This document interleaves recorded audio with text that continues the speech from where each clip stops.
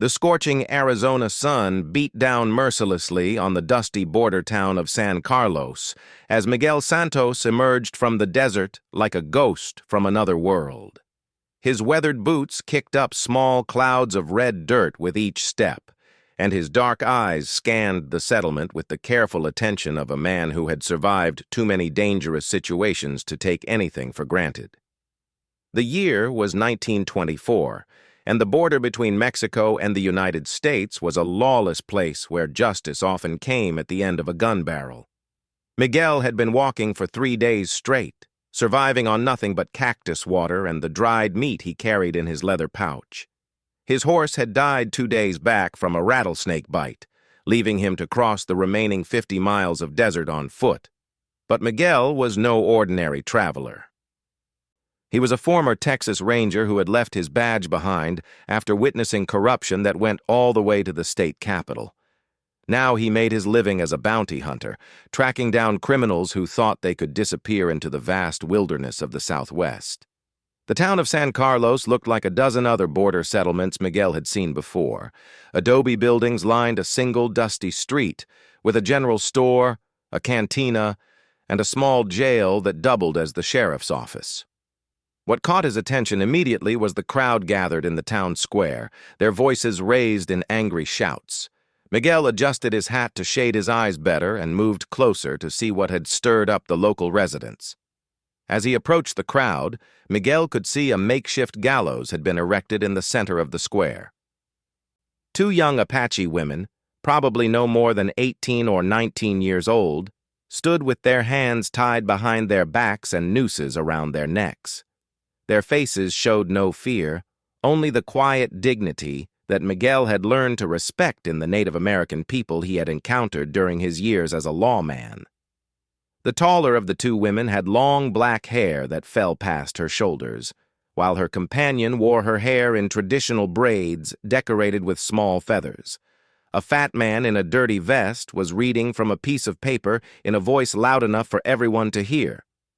"By the authority of the territorial court," he announced, "these 2 Apache criminals have been found guilty of cattle rustling and will be executed at sunset." The crowd cheered and whistled, but Miguel noticed that not everyone seemed happy about what was happening. Several Mexican families stood at the edge of the crowd, their faces showing concern rather than celebration. Miguel had seen many executions during his time as a lawman, but something about this scene bothered him. The charges seemed too simple, and the trial appeared to have happened very quickly. In his experience, cattle rustling cases usually involved months of investigation and testimony from multiple witnesses. He also noticed that neither of the condemned women showed any signs of having been involved in hard physical labor, like driving stolen cattle across difficult terrain. Making his way through the crowd, Miguel approached an elderly Mexican man who was standing apart from the others. "Excuse me, senor," he said in Spanish. "Can you tell me what these women are supposed to have done?" The old man looked around nervously before answering. "They say the Apache girls stole 20 head of cattle from the big ranch outside town," he whispered. "But nobody saw them do it, and the cattle were found way up in the mountains where no women could have driven them alone." This information made Miguel even more suspicious. He had tracked enough cattle thieves to know that moving 20 head of cattle required several experienced riders and was nearly impossible to do without leaving clear trail signs. 2 young women working alone would never be able to manage such a job, especially not in the rough mountain terrain north of San Carlos. There had to be more to this story than what was being told to the crowd. Miguel decided to get a closer look at the accused women. As he moved toward the gallows, the taller Apache woman's eyes met his. There was something in her gaze that reminded him of his own sister, who had died of fever when they were children. Despite the noose around her neck, the woman held her head high with a pride that spoke of generations of warriors and survivors. Her companion appeared younger and more frightened, but she too refused to beg or show weakness in front of the hostile crowd. "You there, stranger," called out the fat man who had been reading the charges. "This is official business. Move along unless you have business here. Miguel stepped forward and pulled back his jacket to show the badge he still carried from his bounty hunting work. Miguel Santos, he introduced himself. I'm tracking some fugitives through this area and heard about your execution. Mind if I ask a few questions about the case? The fat man, who introduced himself as Deputy Marshal Tom Bradley, seemed nervous about Miguel's interest, but agreed to answer his questions. According to Bradley, the two Apache women had been caught near the missing cattle 3 days earlier by a group of local ranchers. They were brought to town, given a quick trial, and sentenced to death the same day. When Miguel asked about witnesses and evidence, Bradley became evasive and kept referring to reliable testimony from respectable citizens. Something was definitely wrong with this situation. In Miguel's experience, legitimate law enforcement officers were always happy to discuss the details of their cases with other lawmen. They took pride in their detective work and the evidence they had gathered. Bradley's reluctance to provide specifics suggested that the case against the Apache women was built on something other than solid evidence and proper legal procedures. As the afternoon wore on and the time of execution approached, Miguel noticed more troubling details. The rope being prepared for the hanging looked new and expensive, not the kind of thing a small border town would typically have on hand for emergencies. The lumber used to build the gallows was also high quality, suggesting that someone had planned this execution well in advance. Most suspicious of all, Miguel spotted several well-dressed men standing near the back of the crowd who clearly were not local residents. One of these men caught Miguel's particular attention. He was tall and thin with a carefully waxed mustache and a gold watch chain across his vest. Despite the desert heat, he wore a dark suit that looked like it had been tailored in a big city like Phoenix or Tucson. When Miguel tried to get a closer look at him, the man quickly moved away and began talking quietly with 2 other similarly dressed individuals.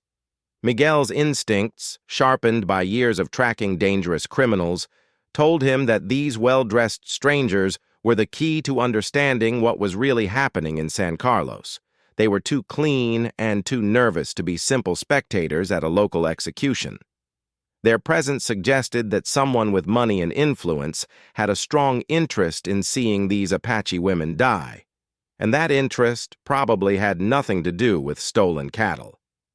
As the sun began to sink toward the horizon, painting the desert sky in brilliant shades of orange and red, the crowd in the town square grew larger and more excited.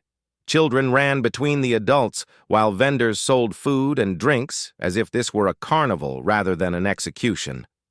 Miguel had seen this kind of behavior before in frontier towns where public hangings were treated as entertainment, but the enthusiasm of the crowd seemed forced and unnatural. The 2 Apache women stood silently on the gallows platform, their eyes focused on the distant mountains where their people lived. Miguel could see that they were praying or perhaps singing quietly to themselves in their own language.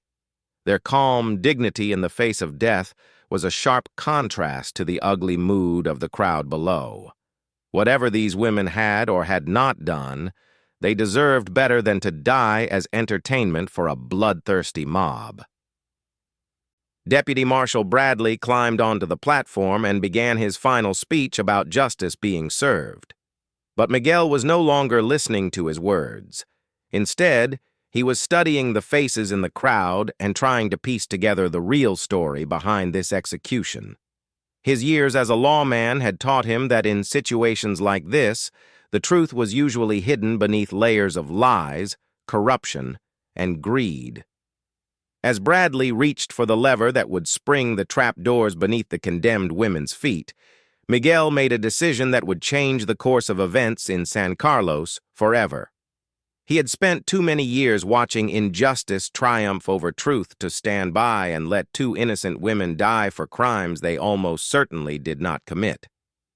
Whatever the real story behind this execution might be, he was determined to uncover it before it was too late. The moment of truth had arrived, and Miguel Santos was about to discover just how deep the conspiracy in this small border town really went. Miguel Santos drew his Colt 45 in one smooth motion and fired a single shot into the air. The loud crack of gunfire echoed off the adobe buildings surrounding the town square, causing the excited crowd to fall silent and turn in his direction. Deputy Marshal Bradley froze with his hand still reaching for the execution lever, his fat face turning pale as he realized that someone was interfering with his carefully planned hanging. "Hold on there, Marshal," Miguel called out in a voice that carried clearly across the square. "As a certified peace officer, I'm invoking my authority to examine the evidence in this case before the sentence is carried out." He kept his gun drawn but pointed it toward the sky, making it clear that he was not threatening anyone directly, but was prepared to defend his position if necessary. The crowd began to murmur and shift nervously. Many of the local residents had never seen anyone challenge the authority of the territorial marshal, especially not during a public execution. The well-dressed strangers at the back of the crowd looked even more uncomfortable than before, and Miguel noticed that one of them was reaching inside his jacket as if going for a weapon. Bradley's voice shook with anger as he responded. "You have no jurisdiction here, Santos. This is territorial business, and these criminals have been properly tried and convicted. Now put away that gun and let justice take its course." But despite his brave words, the deputy marshal made no move to complete the execution. He clearly understood that Miguel was not someone to be taken lightly. "Justice requires evidence, Marshal," Miguel replied, holstering his gun but keeping his hand close to the handle. "And from what I've heard so far, your evidence is pretty thin. 20 head of cattle supposedly stolen by 2 young women working alone. Cattle found in mountain terrain that would require experienced cowboys to navigate. No witnesses to the actual theft. It sounds to me like someone is trying to railroad these women for reasons that have nothing to do with rustling." The taller of the 2 Apache women turned her head to look at Miguel, and he could see a flicker of hope in her dark eyes. Her companion remained focused on the distant mountains, but Miguel noticed that her shoulders had relaxed slightly. Both women seemed to understand that someone was finally willing to speak up for them, even if they could not understand all of his words. One of the well-dressed strangers pushed his way through the crowd toward the gallows. He was a thin man with cold gray eyes and a scar running along his left cheek. "Marshal Bradley," he said in a voice that carried the authority of money and power. "This execution was ordered by Judge Morrison himself. Any interference with the court's orders is a serious crime that could result in federal charges." Miguel studied the newcomer carefully. The man's expensive clothes and confident manner suggested that he was used to having his orders followed without question. But there was something in his eyes that reminded Miguel of the crooked politicians he had dealt with during his time as a Texas Ranger.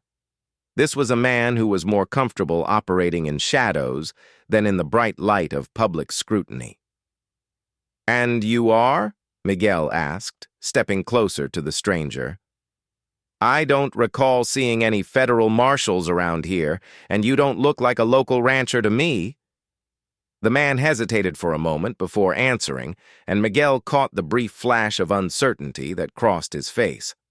Whatever this stranger's real business in San Carlos might be, he had not expected to be questioned by someone with law enforcement experience. "Name's Harrison," the man replied finally. "I represent certain business interests in the territory that have been affected by these thefts. We have a right to see justice done." Harrison's answer was carefully worded, but it told Miguel nothing specific about who he worked for or what kind of business interests were involved. In Miguel's experience, legitimate businessmen were usually eager to explain their concerns to law enforcement officers. Miguel decided to test Harrison's knowledge of the case. "So you were there when the cattle were stolen?" he asked. "You saw these women driving 20 head of cattle up into the mountains?" Harrison's face darkened, and Miguel could see that he was not used to being questioned so directly by someone he probably considered beneath his social status. "The evidence speaks for itself," Harrison replied stiffly. "These Apache savages have been stealing from honest ranchers for months. It's time someone taught them that there are consequences for their crimes." The use of the word savages told Miguel everything he needed to know about Harrison's real attitude toward the Native American people of the region. Before Miguel could respond, an unexpected voice spoke up from the crowd. "That's a lie, and you know it." An elderly Mexican woman pushed her way forward, her weathered face showing the kind of courage that comes from having nothing left to lose. "These girls never stole nothing from nobody. They were helping my family harvest corn when those cattle went missing." The crowd turned to stare at the old woman, and Miguel could see that many of the Mexican residents were nodding in agreement with her words. Deputy Marshal Bradley looked like he wanted to disappear into the ground, while Harrison's face flushed with anger at this unexpected contradiction to his version of events.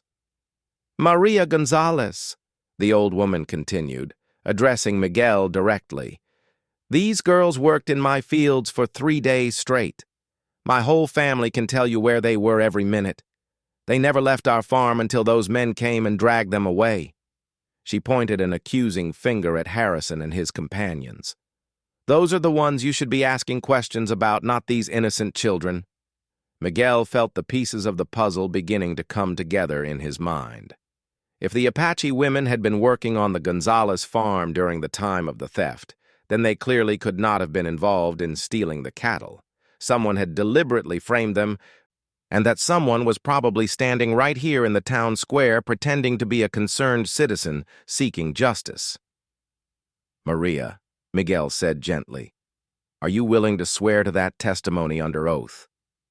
The old woman squared her shoulders and looked directly at Deputy Marshal Bradley.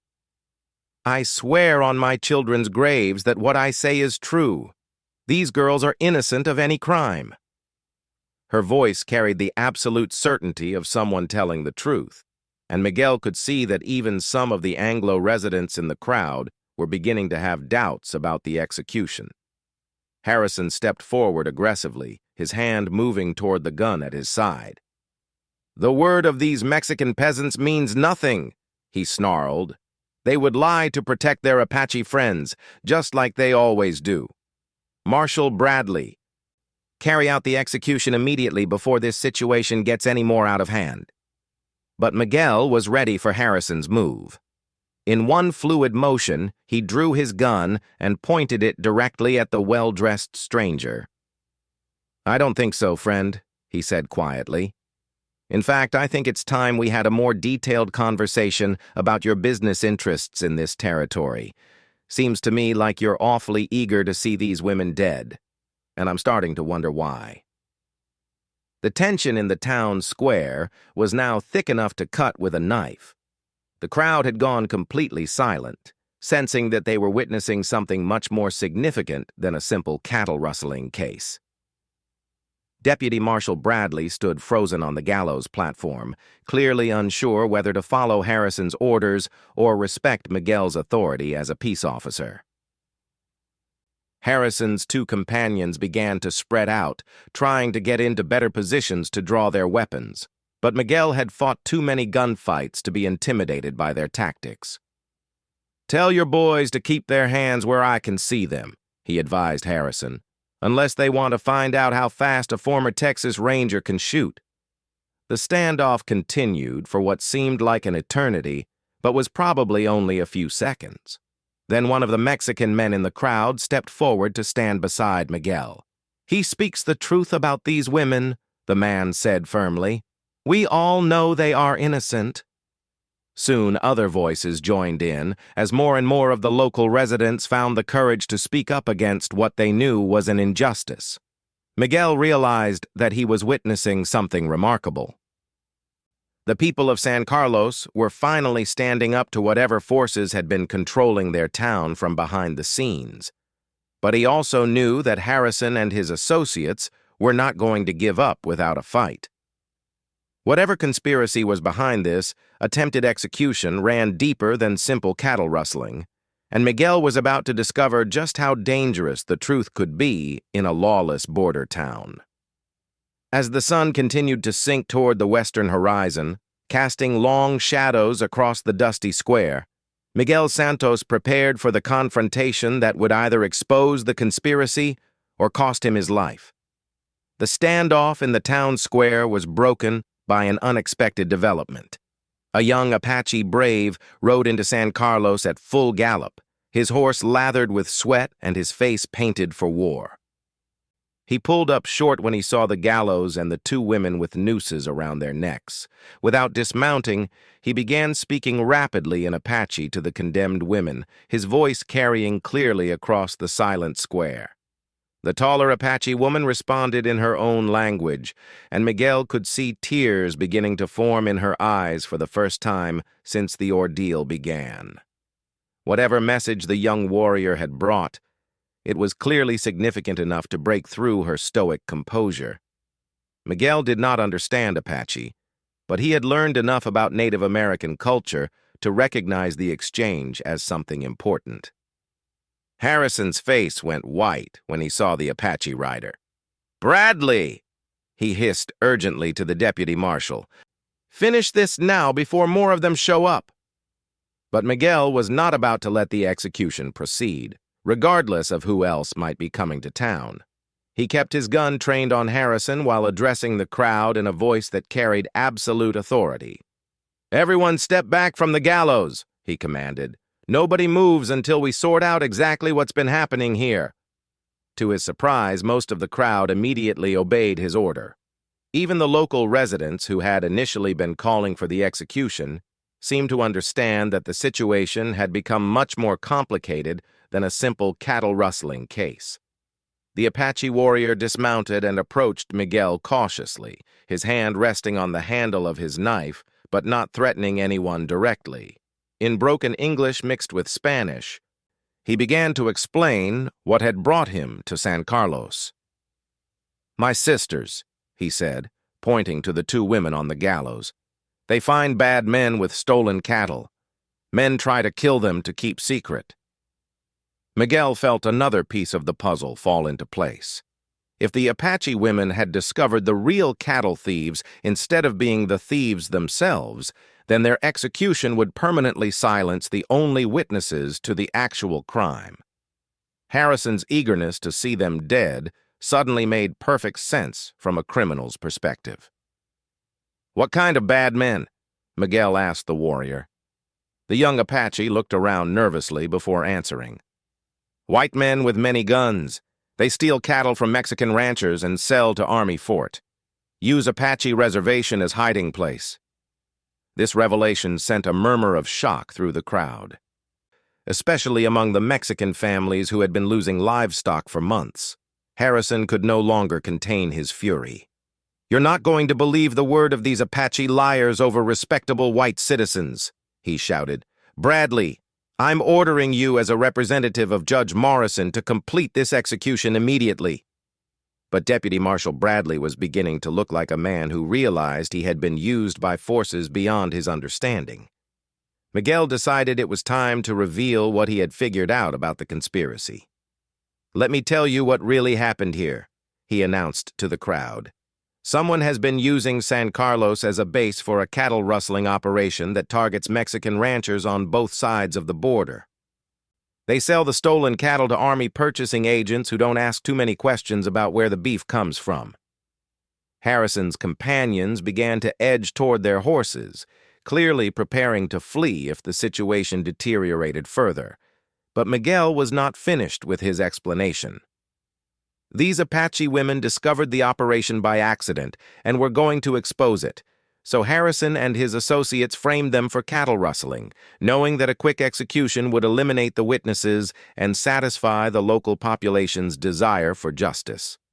The crowd was beginning to understand the scope of the deception that had been perpetrated on their town. Several of the Mexican men started moving toward Harrison and his companions, their faces showing the anger of people who had been systematically robbed and then blamed for the crimes committed against them. But Harrison was not ready to surrender without a fight. "You have no proof of any of this," he declared, drawing his gun and pointing it at Miguel. "And even if you did, who would believe it? We have connections that go all the way to the territorial capital. You're just one man against a system that's bigger than you can imagine." Miguel smiled grimly at Harrison's threat. "Maybe so," he replied, "but I'm not the only one who knows the truth now. Look around you, Harrison. This whole town has heard what I said, and they're smart enough to put the pieces together for themselves." Indeed, the crowd was clearly turning against Harrison and his associates as the reality of the situation became clear. The Apache warrior had been listening carefully to the exchange, and now he spoke up again. "We have proof," he announced. "Hidden Canyon, where bad men keep stolen cattle before selling.